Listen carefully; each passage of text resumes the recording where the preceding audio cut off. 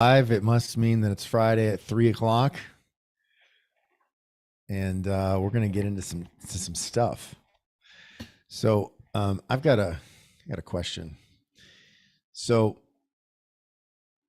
one of the things that I've so talking to so I'm 47 years old, so I'm a younger Gen X, right?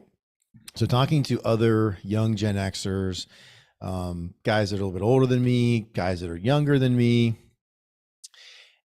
contractors. And I've gotten the feeling that they just, if they didn't have, it's like anything they do, whether it's their website or getting Google reviews or, anything social media, Facebook page, Instagram, it's strictly, there's not everybody, but a lot of guys, men in particular, it's strictly like obligatory, right? They don't want to do it. They do it because and it's like, what's the bare minimum I have to do? And the question people have posed to me is like, well, do I even need to be online? Right. Other than having a website that people can go and maybe throwing up a few photos of, some completed projects, right?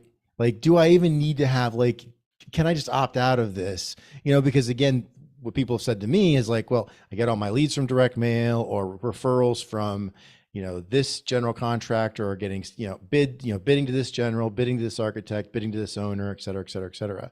Where it's like, so I'm not even, I'm not getting leads from online. So does it matter? Right. Right. So I have to jump in here because we're gonna get going on this. It's a passionate subject of mine. Let me be clear. Okay. So for 22 years of being in business, my mindset has shifted a number of times. And one of the biggest shifts that I ever went through answers this question. Okay. Okay. So my identity as a contractor, and this is where most guys, I'm going to say 93% of contractors that are out there, and I just use that as a figurative thing, have a mindset that their most important job is the work they do. Okay. I'm going to tell you that is not, that will never make you wealthy. Uh-oh. And here's a reason why. The hot take. Yes. So I don't believe I'm a roofing contractor. I don't believe I'm a contractor at all. I don't identify at all. What is that? That's the service that I happen to provide. Okay. Right. It's not who I am or what I do, because I don't do those things. Okay. And I know I'm gonna probably lose a few people here and they're going to be, a little bit enraged, but let's look at it from this perspective. I got into business so that my business could serve me in my lifestyle, in my world. Right. And what happened for 20 years, or well, not that long, maybe 10, 15 years of that, is I served my business. And the reason I served my business is because I, again, in my own head, all right, made the wrong assumptions about what it was that was going to get me to being a successful contractor. Your mic is, got to fix your mic. There we go. Better. Sorry. And I came, oh, now it's really bad. Yeah. There you go. It's one cable, sorry. Yeah. And I came to this conclusion, okay? You take everything out of your business and look at what is it that makes your money and what's scalable, all right? Let's look at it. I'll tell you, marketing, all right? So being able to consistently generate interest in your business and generate leads, be able to do that with the least amount of effort possible, okay? Marketing, let's say that's one part. Sales, to be able to convert those leads into paying customers, okay? After that, everything is an expense, including your job. So no matter how important you may be to your business and to the operations of it, you will not make progress unless you are good at marketing and sales. And it's the only thing you can scale. And I put it to you like this. Could you go and sell 10 jobs in a day? Sure. Oh, sure. Yeah. Right. Could you install 10 jobs in a day? Fuck no. Right. Yeah, so think about it that way. So if I'm looking at being in business, I'm going to take the job that pays the most, right? To sell a job, I'm going to make 33% net profit. To do that job, I'm going to make $25 an hour. So what are you doing with your time, and where is your mindset at? Because again, if I had to go back and start from scratch all over again, I would never, ever, ever, ever put on the tool pouch or the bag again, because it made me no money. It cost me a lot of time and it got me nowhere. All right. And the reason I did that, and the reason I fell for that trap, is because pride. I'm the best roofer out. I think we all come from a place of that. Sure. And, again, you're proud of what you do, and you figure by doing the thing that you know best is helping you get somewhere else. And it's not. All right. That's just an illusion. It's a pipe dream. Okay. And I know that's going to be hard set with some people.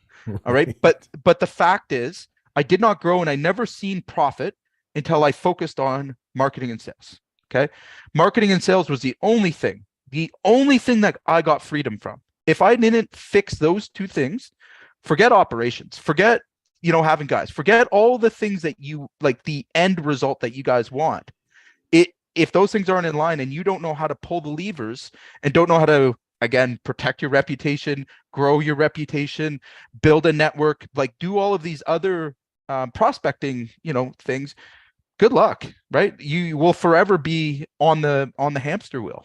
So I'm going to play devil's advocate and again, kind of go back to, so again, the business that I took over, they were completely analog, right? So they were, other than a website, that was it, right? And even like the Google, I mean, it was, it was as basic as, and even that was like not, I would say not impressive.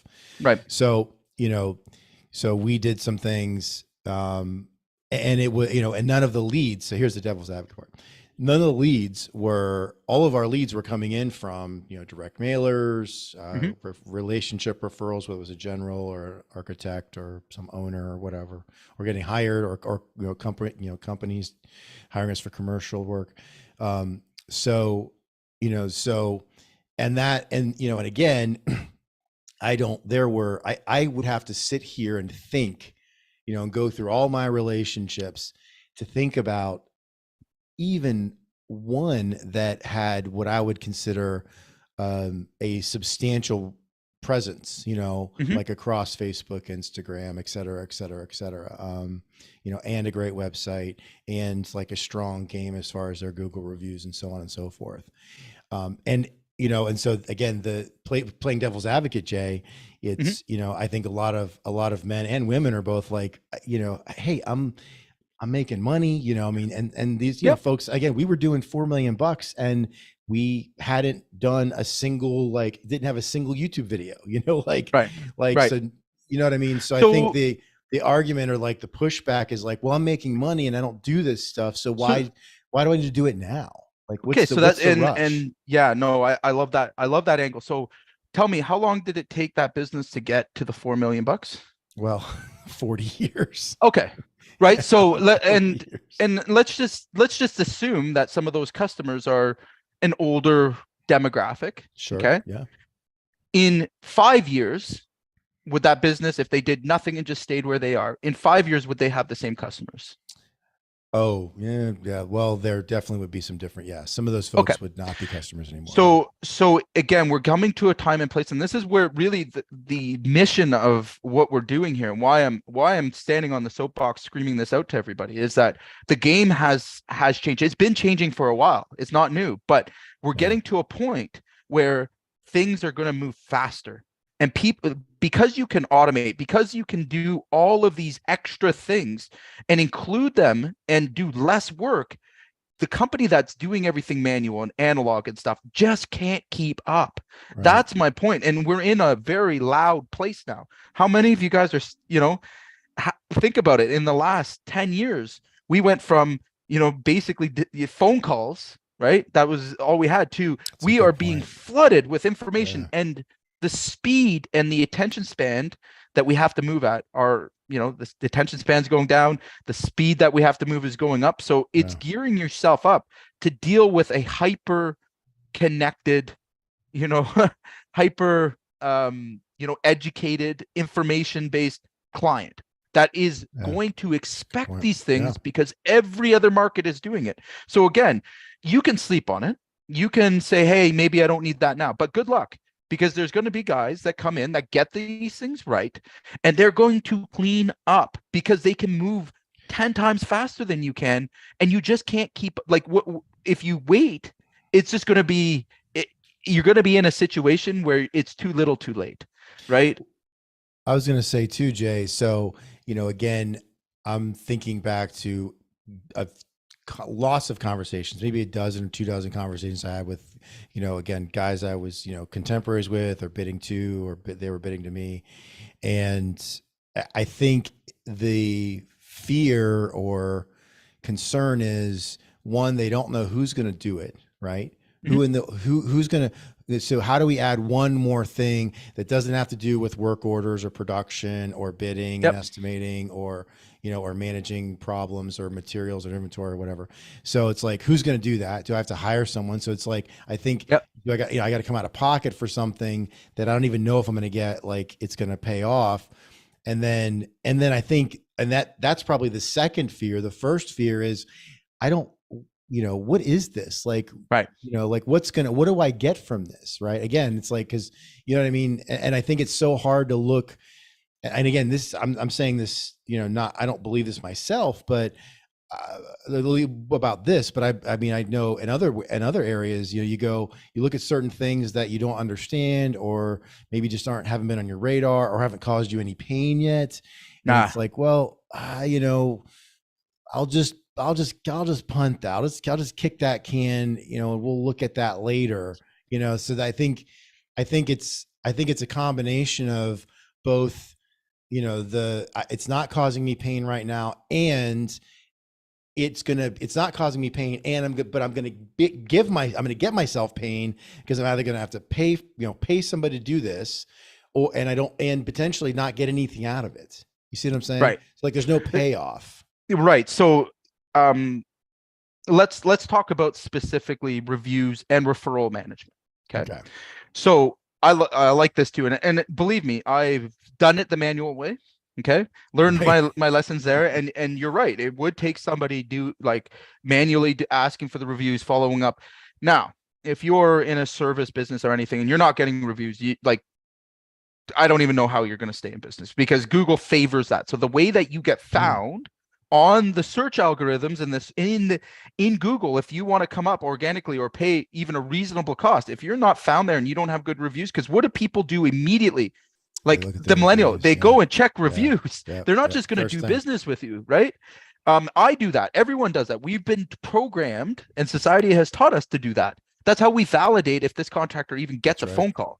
Okay, so if you're not doing that, now you can get away with it in the commercial without the reviews. And I know companies that are doing hundreds of millions of dollars that don't have hardly any reviews, and that makes sense in that position. But we're missing something very serious here, and I'll get to this in one sec. But for the guys that are doing service and direct B2C kind of settings, or even some sort of B2B, and you have to keep a managed Google profile, this is the easiest thing to get automated. This is the easiest thing, and I mean, I'll go walk you through how our process works. It is simple. I made it so it's fail proof. Like, it gets triggered, it's getting done, it's getting followed up on. And I mean, again, I'll share some numbers with you guys in terms of how our system works. All right. And this is a done for you. Don't try and reinvent the wheel, right? You can easily get this off your plate and get yourself a quick win here by getting in touch with a company that has already built this stuff. Like, again, it's not difficult nowadays. And again, if your concern is more labor hours, I agree with you. This is something that can be independent of any other system or operating system that you have. And again, it's going to produce results guaranteed. Guaranteed. It's the lowest hanging fruit there is. Okay. So, going back to, why and how do we do a thorough review? Let's say, and a lot of us think about the end, the conversion part, where somebody goes online and gives your Google review, but they don't think of the whole prospect and the whole engage process and the whole courtship towards getting that review, and the purpose of having somebody provide their feedback to your business. Okay. I have a different take on it. I'm going to share it with you, is that I, in fact, start planting the seeds for a review and for, feedback from my client the second that the contract is signed. All right. I make verbal agreements throughout and every touch point that we have on our client journey, okay, to mention it, to bring it up so that by the end, when we get to the job, they're obligated to finish out their contract and pay us, but they also have a, human to human agreement, which people still maintain, okay, that they're going to give this review. All right.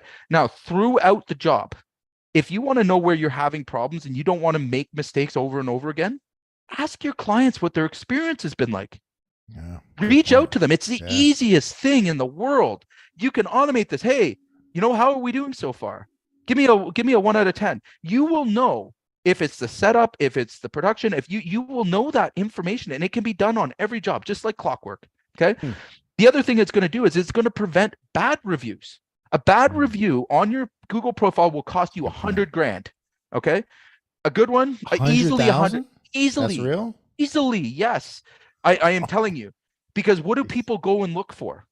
You could have 100 good reviews, and what do they do? What do you do?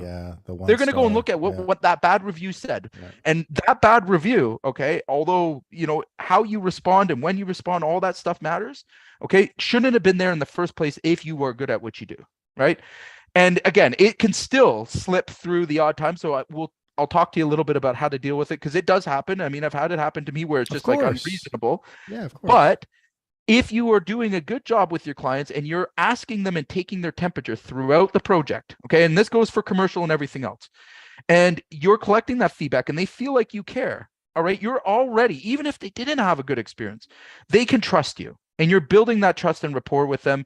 Even if the job's not going right, you are independently lowering the temperature by asking. All right. Yeah. The second part about this is to go back and do a review of a project. Well, how did the customer feel at this point? Okay, great. If you're looking at it at the end of the job, the guy was either happy or not happy. Well, that doesn't give you much, right? That doesn't tell you a lot of information of where to go and look for the mistakes. Maybe it was in the sales process. Maybe it was, if you're not asking for that feedback, you will never know. And you're doomed to repeat the same mistakes over and over again. Right. Right. So we make this a data process. This is a data driven. And again, it's not new. It's been around for a long, long time. But what's new about it is that the way we ask and how efficient the ask is.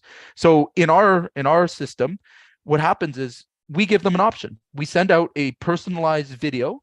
Okay. In that video, we ask them some questions. We ask them 3, pretty standardized questions for our business. So it won't really help anybody out there listening, but we ask them 3 questions. Okay. Into which they can respond by text, voice, or video. Okay. And especially as we get to the end, we capture a video testimonial, which is 10 times more powerful than any written anything like that. People because again, think about where the age that we're in, that, we can see static events, but that's not really telling the story. You can get a client to give you the story, and then using that review gives you unlimited social proof. It's incredible.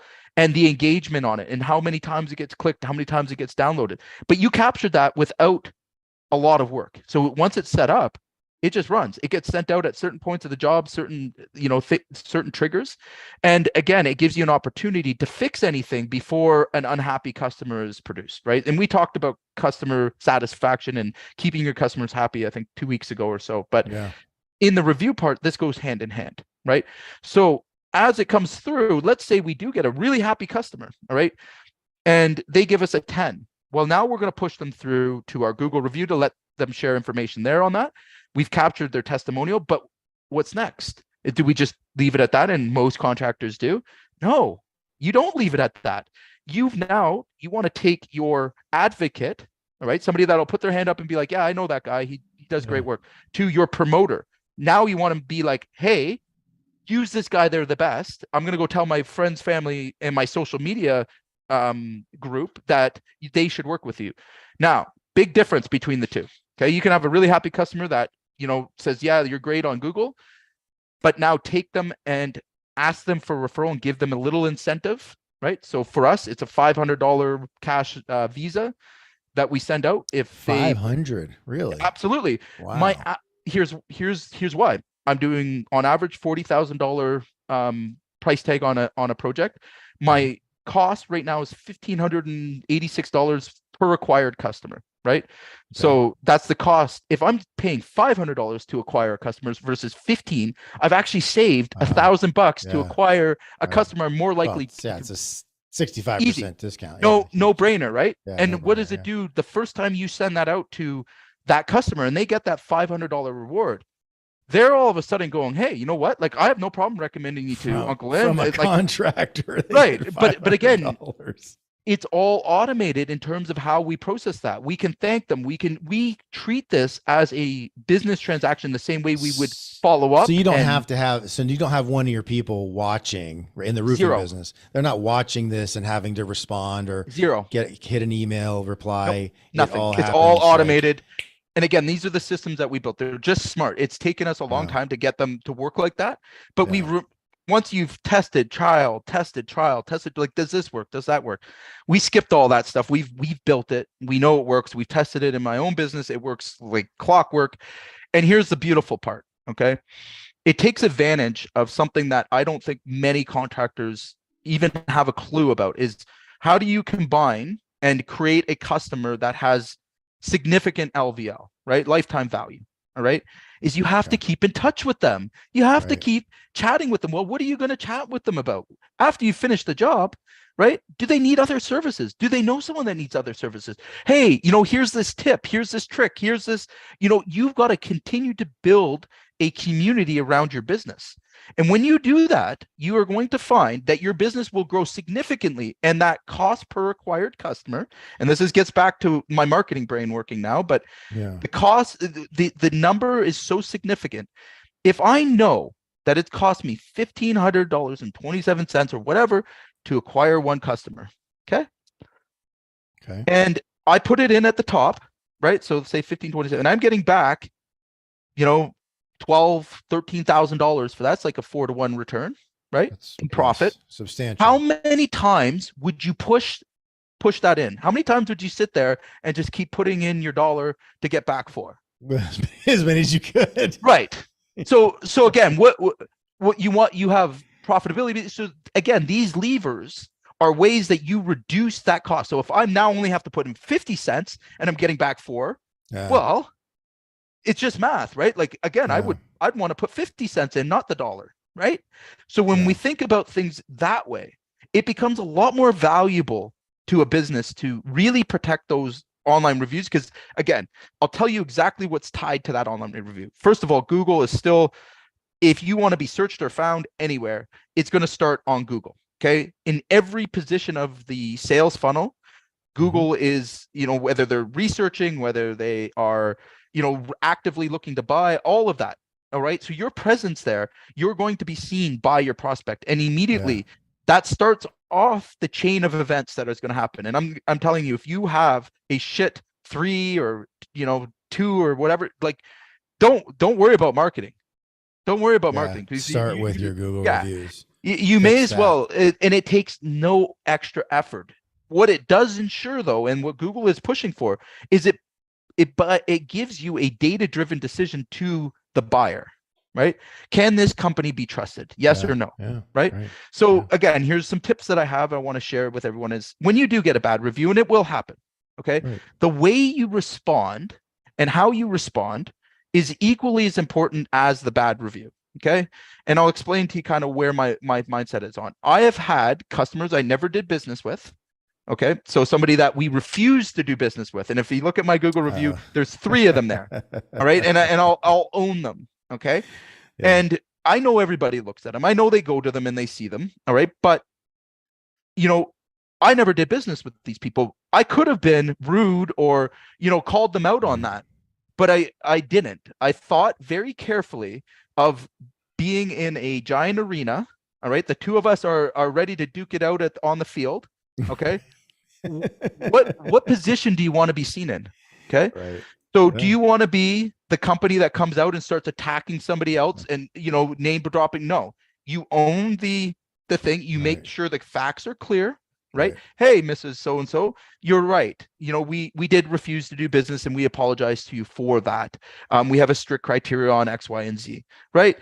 I am, if you'd like to take this offline, I would be happy to discuss the situation with you further. Like, again, you're responding properly to that review. So when customers see it, they're like, oh, that guy's an asshole. Right. You didn't even do business with him. Right. Does that hurt you or help you? And let's say it is true. Let's say it is absolutely true. You fucked up. Own it. Say that you own it. I've gotten more comments about how I've owned something that went bad. And you know what? You know what else it's led to? I've had, and I'm not proud of this particular one, but we had a truck that was leaking diesel fuel, and my guys parked it in somebody's driveway, and we, caused some serious damage to the driveway. But I didn't get back to, he paid his bill.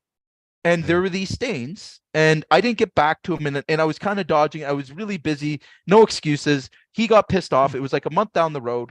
I had full intentions to send a company back to recover his driveway and everything else, but I didn't, and that was the point. Right.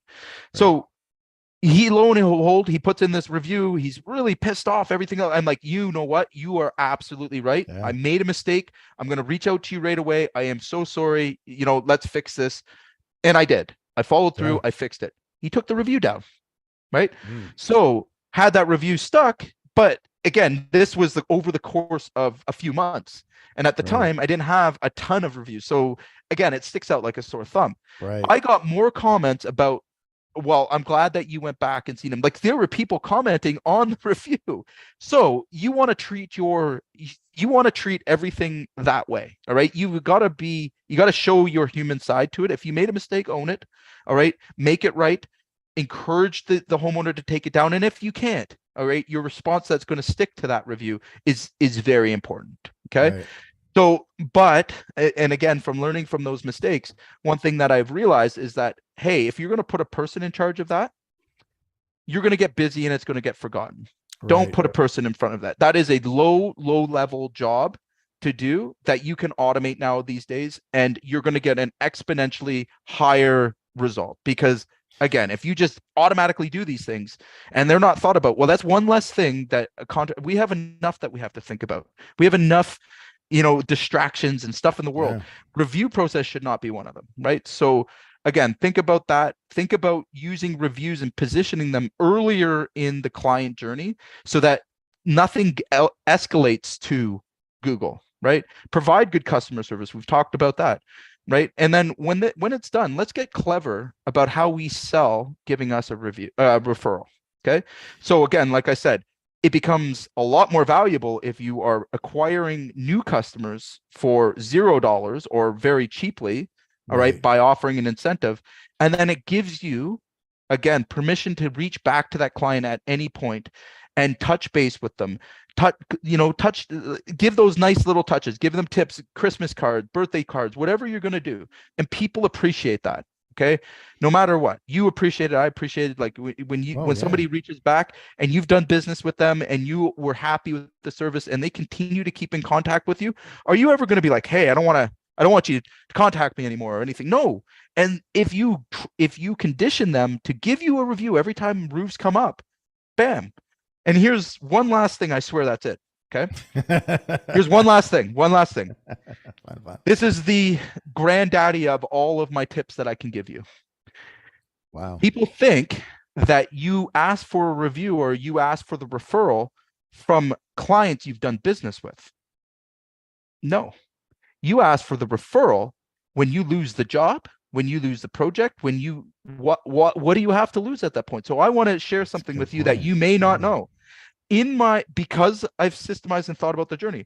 So let's say I give somebody a quote and I've exchanged energy, my time, for value. And that value was my quote.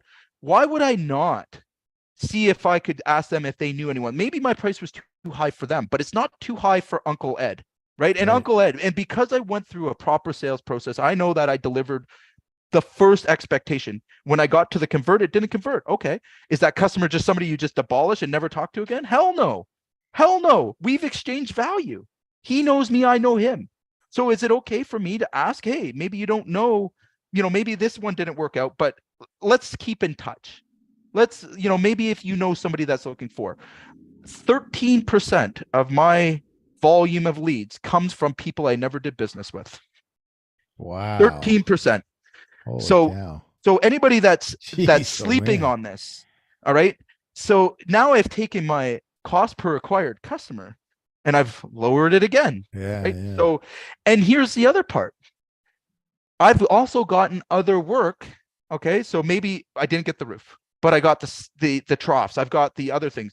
And when I asked them about their other contractor, it's like, oh yeah, he was okay, whatever.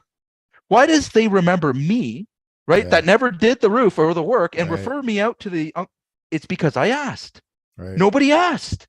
Like, do you not think that people would recommend you if they had a great experience and they trusted you and you did a good job in the sales process?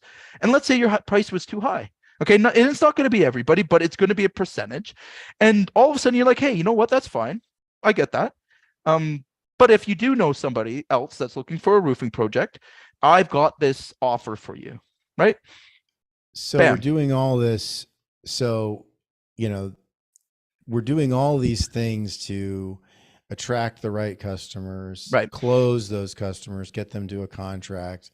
Mm-hmm. And then, you know, and then it's like, it's that last part where we're not Correct. getting a review. We're not getting a testimonial. And that's not asking for a referral.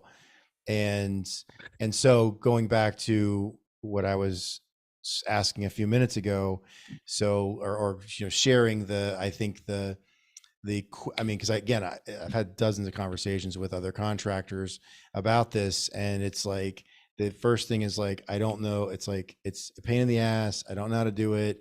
I don't want to pay someone to do it, and I don't know how I'm going to get money back. How, you know, where do I see this? You know, where do I see this in revenue? And the answer is, if you have a 1 to 3 star on Google, like one, if you're doing any marketing at all using Google, you're getting hammered on that. 2, people are never calling because they see that and they're like, I'm not calling that guy, or I'm not calling that one, right. or I'm not calling that company. And then there's an opportunity as well, because you take your Google review ask and you pivot to a video testimonial ask and then ask for referrals. So you do it all. That's all a part of the same process. Exactly. And again, it segments my list, right? So let's say for me, and this might be a little bit more advanced, but there's paying clients and there's non-paying clients. Okay. There are clients that are non-paying that gave referrals. Right. So who am I going back to and to personalize the messaging? Yeah. And this is how advanced these systems are and where AI kind of comes into all of this. If you have that data in your CRM and you know that they've opened those emails, they've sent that to a friend, they've posted on their social media. Oh, yeah, sure. Now you know how to personalize. Hey, you know what? Last year you gave us a referral and we wanted to reach back to you and thank you very much for that. We're just wondering, you know, if we could remind you of a great, offer we have this year where we're offering $550 or we're a stack challenge. If you, refer us to 3, we're going to give you, $750. People are going to open those emails and you're building a sales team that is, again, you cannot acquire it's really smart new way business to think about that way. it. Yeah. Like it's like a virtual sales team of like, that's right, of fans that never bought, but they're referring. That's right. And again, there are people so think about selling to a salesman, right? He's interacting with people all the time. He probably, again, the opportunity. So when you prospect somebody or you have somebody come through your funnel, again, they don't have to do business with you. Right. But what they have done is you've basically, by giving them a quote, all right? So think of a quote as your high price bribe, okay, for their contact information, okay?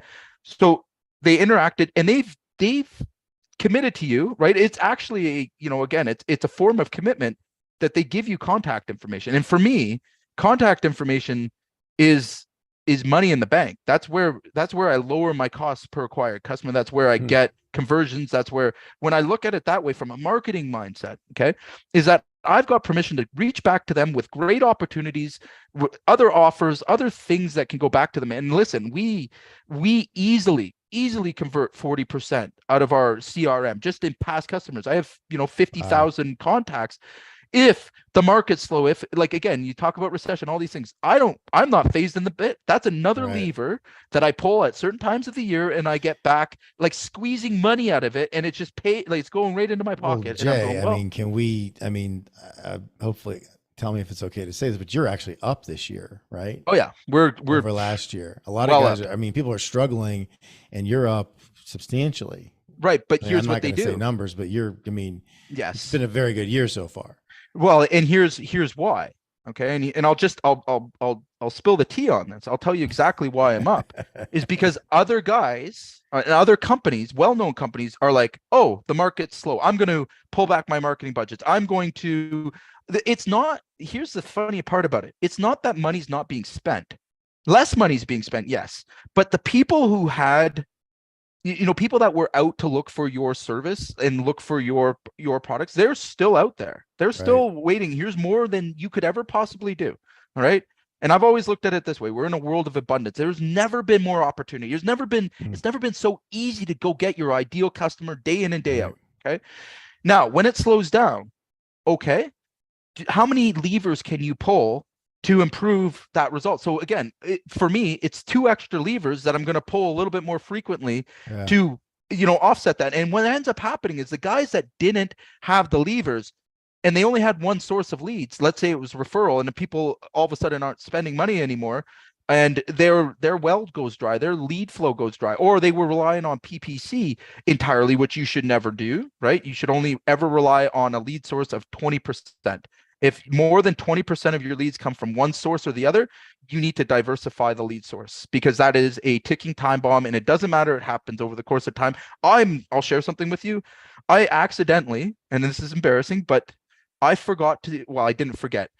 I got notified by Google Ads that I had to they've got a new program that you have to like submit your articles of incorporation, all your numbers and stuff, right, to Google. They had sent me the notice. They'd sent me the notice, and I know again, this is so bad, and I didn't do it. So Google responds to me and says, hey, it's taking a little longer than it should. We're just going to freeze your account until you get that stuff uploaded. So I uploaded right away. For 2 weeks, I've got no PPC campaign at all. 2 weeks gone. That's the penalty for not doing what Google says. Yeah. And it was a 2-second deal. Driver's license, articles of incorporation. That's all I needed to do. Yeah. But again, just in my fog brain, in my my busy life, I neglected it. Okay. Right. And by the way, anyone else that's out there, heed warning to that. Like when Google asks you for something, you get it to them, right? So right. Because they don't care about your business, or like you're not going to intimidate them. They don't give a shit. Okay. So the slap is the slap, and Google loves the slap. Like, smarten up, right? So I lost my PPC campaign for 2 weeks for a business like mine. That hurts. That's one whole sales rep that relies on those leads. What do you think I did? What do you think I've been doing? Okay, salesman, we're going to go and we're going to personally call all of the people we did business with last year, and we're going to touch base and say hello. All right. We're going to talk about our we're installing gutter guards. So that's our campaign that we're going to run. And we just want to reach back to everybody that we installed roofs for to see if they need snow guards or gutter guards.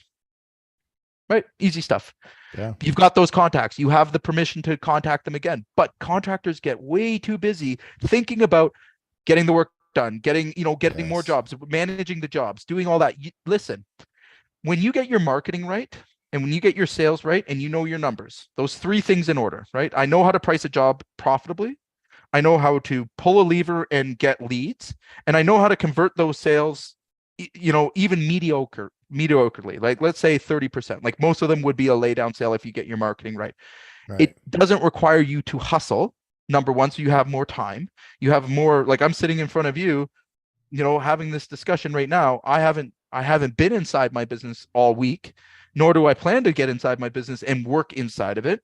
The reason I'm not going to do those things is because I know that the big things are, we've got lead flow, we've got conversions, sales are being made, jobs are getting done.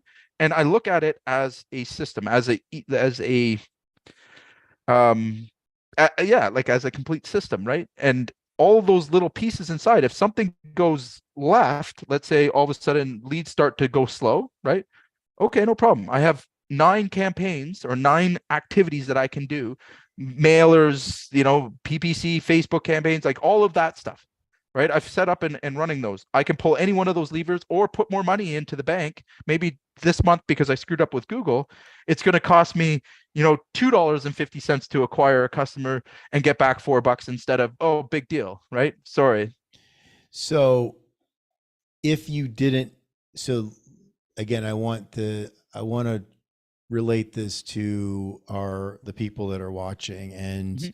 because we've got a lot of folks out there doing 2, 3, 5, 6, 7, 10, 12, 15 Mhm. million in revenue, and and they're kind of feeling that little bit of that heat and the light from that heat lamp, Right. there's some of this stuff. They're not doing a lot of this stuff. So if you did not have the presence on Google, the presence on social, website, I've seen your website, it's bomb. If you didn't have those things, how would that impact what you're talking about as far as how you market, marketing, getting customers, getting leads, getting those closed? Like, how Mhm. would that impact that? You know, would it, would it knock out 20% of that, 30% of that? Yeah. I mean, So how would that impact your business right now if you did not have those things? So I'll put it to you like this. Okay. So one of my campaigns, one of them, so my direct mail campaign, again, on average, we're seeing a 4-to-1 return. Because direct mail, by the Wow. way, for anyone that's sleeping on direct mail, if you get good at direct mail, and direct response marketing is really what I should be saying here. Okay. Because it Yeah. doesn't really matter. That's just the When you mechanism. say direct mail, do you mean like physical mail, or you're just Yeah. saying all Yeah. mail? Physical mail. No, Okay. physical, like direct mail, but direct response marketing. So a lot Okay. of guys make this big mistake, and this is a capital mistake, is that they get into brand marketing. Okay. And I think it's important that we touch on this. Is brand marketing is like what Coca-Cola does.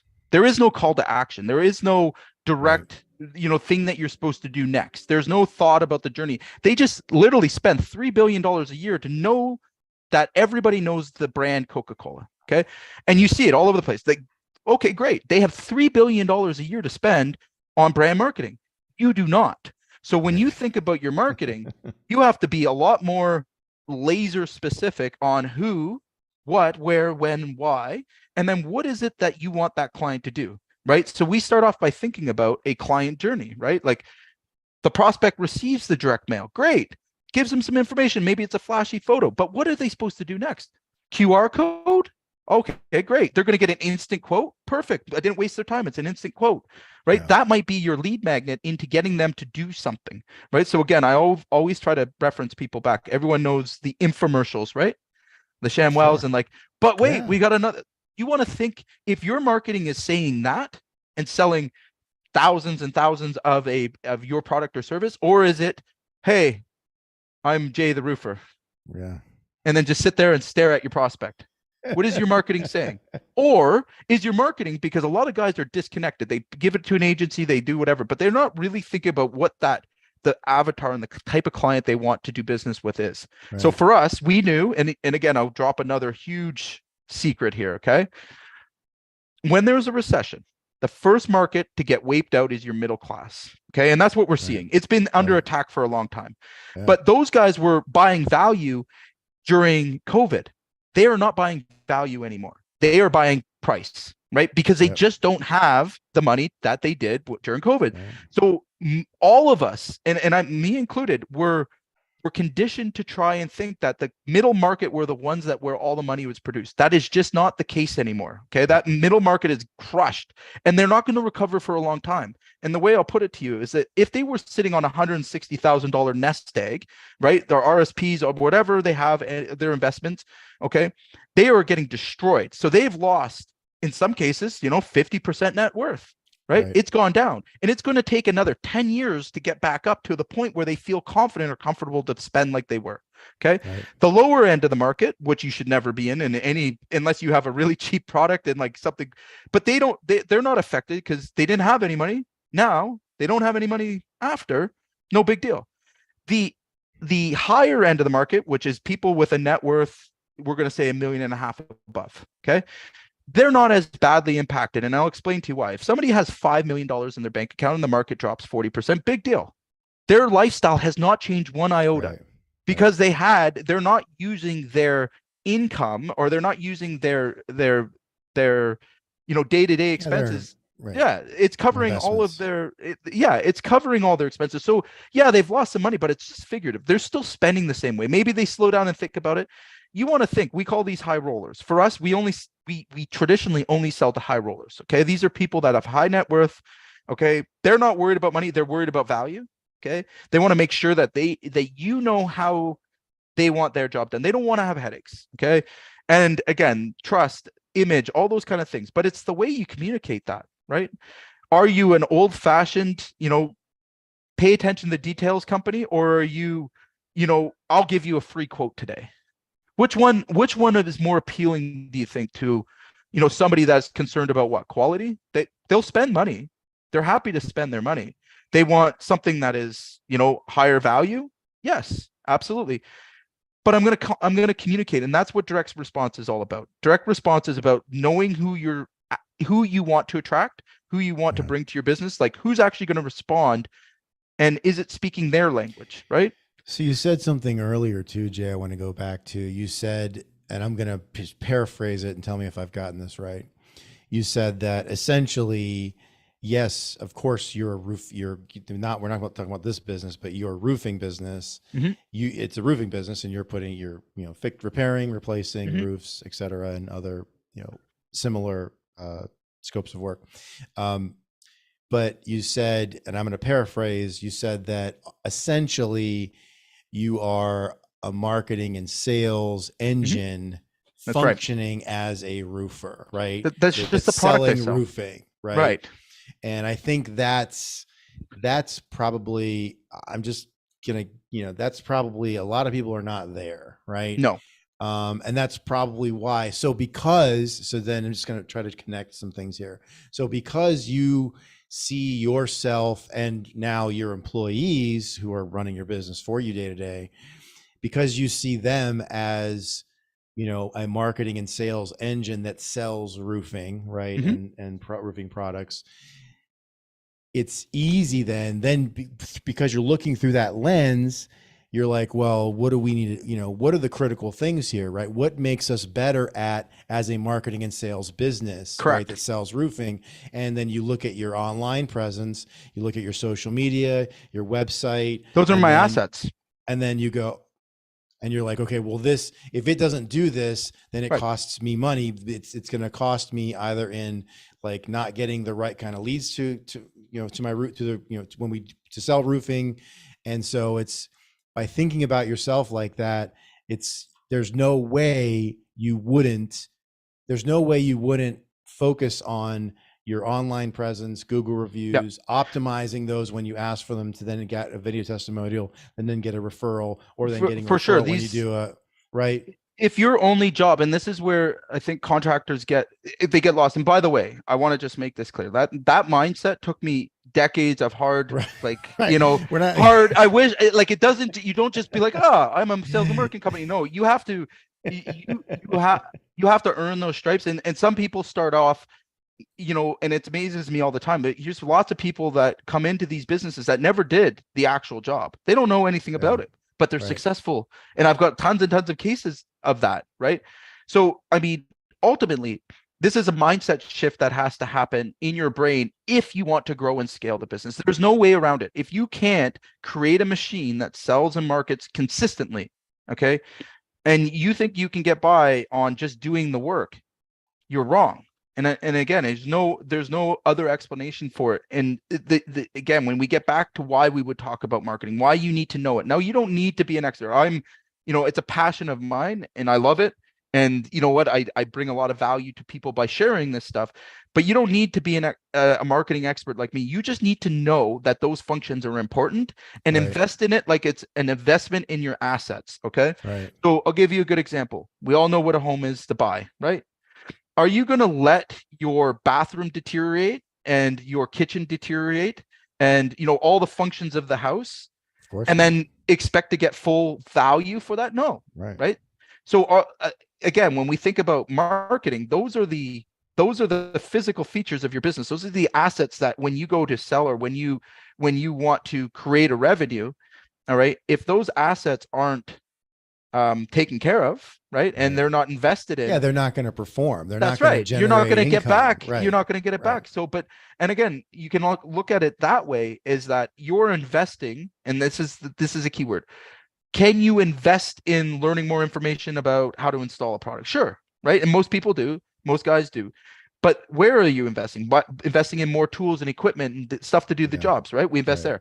How many of us are looking at, well, great, I've got all the tools, I've got all the equipment, I've got all the, everything else that it takes to run the business, but I refuse to spend, and I hear this all the time. I love this part. I refuse to spend 5% of my revenue on getting more work. And I don't know why I can't grow. I don't understand why it, all of a sudden I had all this work and I just died. I don't get it. I don't understand, because you're not thinking about it properly. And I'll give you another, I know we got to wrap up pretty soon, but I'll give you another benchmark that you should follow. Okay. If you want your business to grow, and you want to grow in a very fast, quick way, all right, put 8% to, I'd even say as high as 15% of your revenue into marketing. Okay. You're going to grow exponentially fast. That's pretty bold. That's a pretty bold statement, hold on. Jay. Absolutely. And then, again, I'm going to put a disclaimer on that. Like, there are some exceptions to it. So you're going to do it with discretion. If you want to grow, year over year, 10 to 15, 20%. All right. My magic point has been 5 to 8%. Okay. If you want to just sustain business, okay, just stay where you're at. Just keep the ball rolling and you're comfy where you are, 3%. Okay. If you are not spending that, all right, get ready to hustle. All right. Because that's all that it's going to be. Right. If you can, and you're out hard selling people, hard, you're not getting the conversions, you're giving out a ton of bids and you're not getting jobs. Like, that is because you have failed at making the investment that is important. And now you must hustle. So either you buy your way out, right? And that's by good planning and, good marketing and purchasing, quality product, just like anything else, right? Or you survive by hustle. And I guarantee most contractors out there are just pure hustle.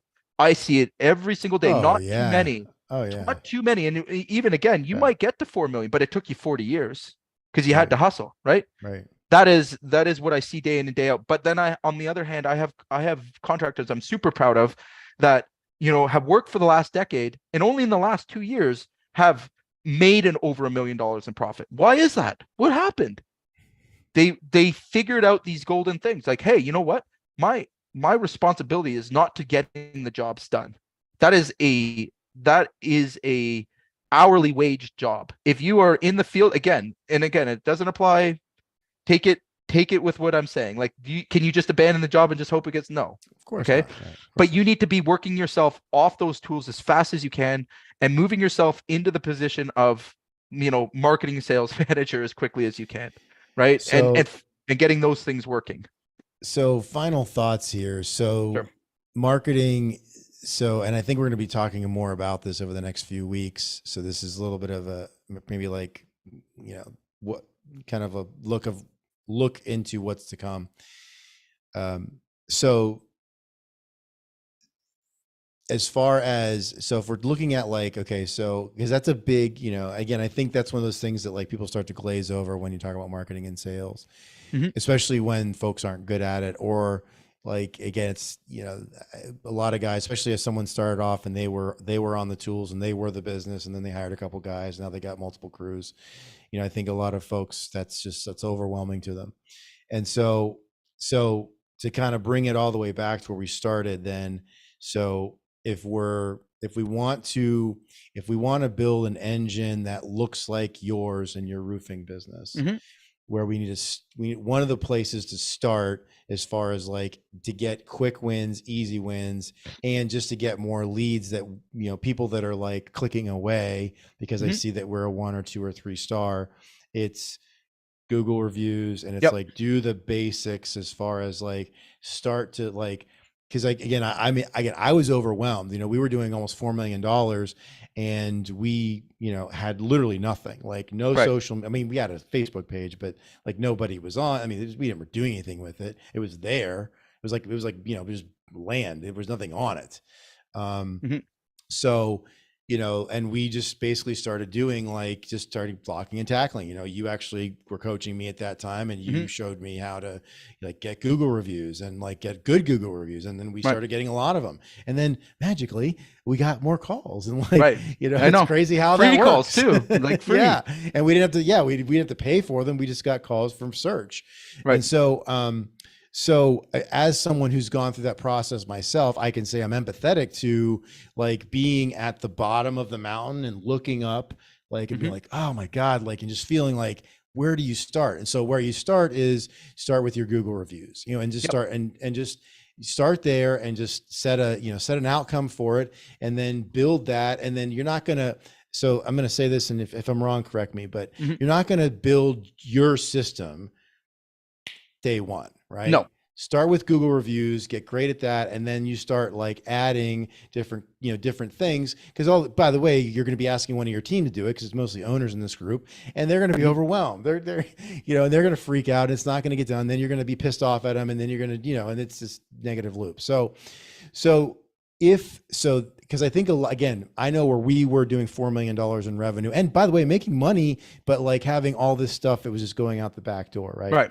So, where does somebody that's in a similar position I was in, you know, 4 years ago, where do they start, and can we help? And where do they start?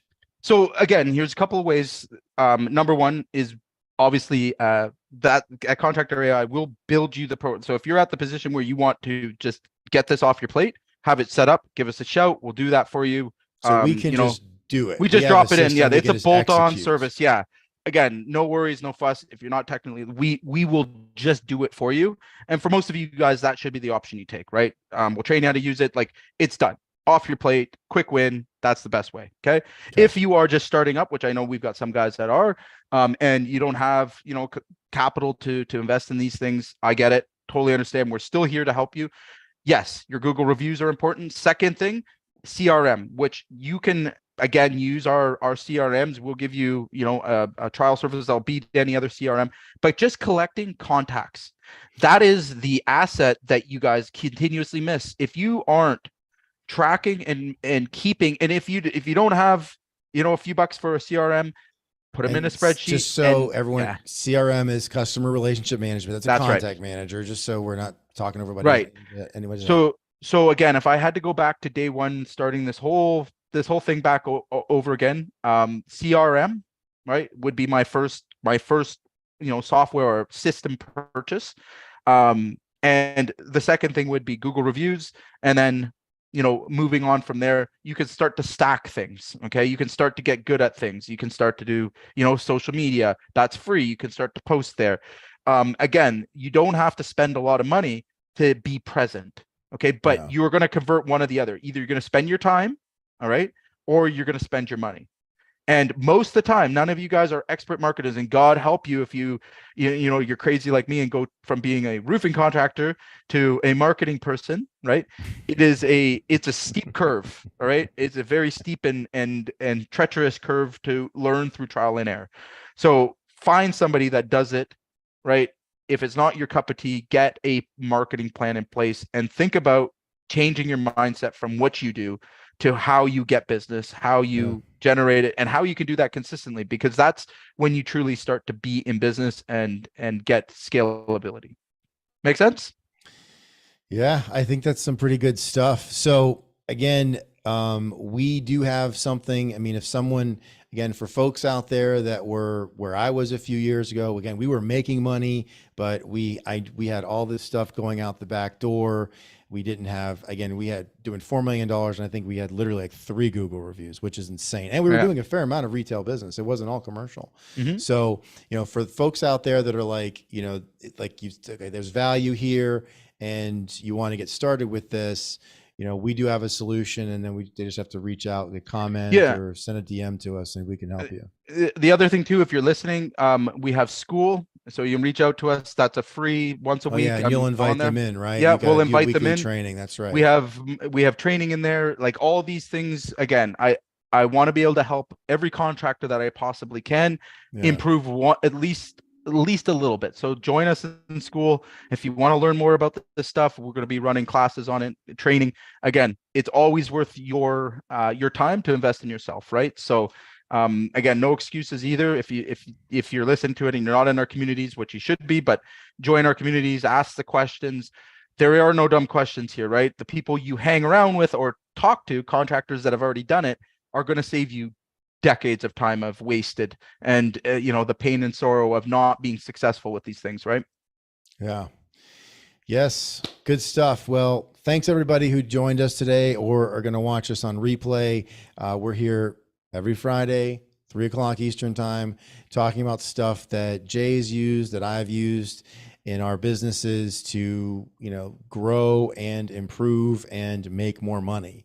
So we're here to serve. If you have things you want to talk about, we absolutely love to hear about those. So drop a comment if there's something that you have questions about, or again, send a DM. So again, we're back next Friday, 3 p.m. Eastern time. We'll see you next week.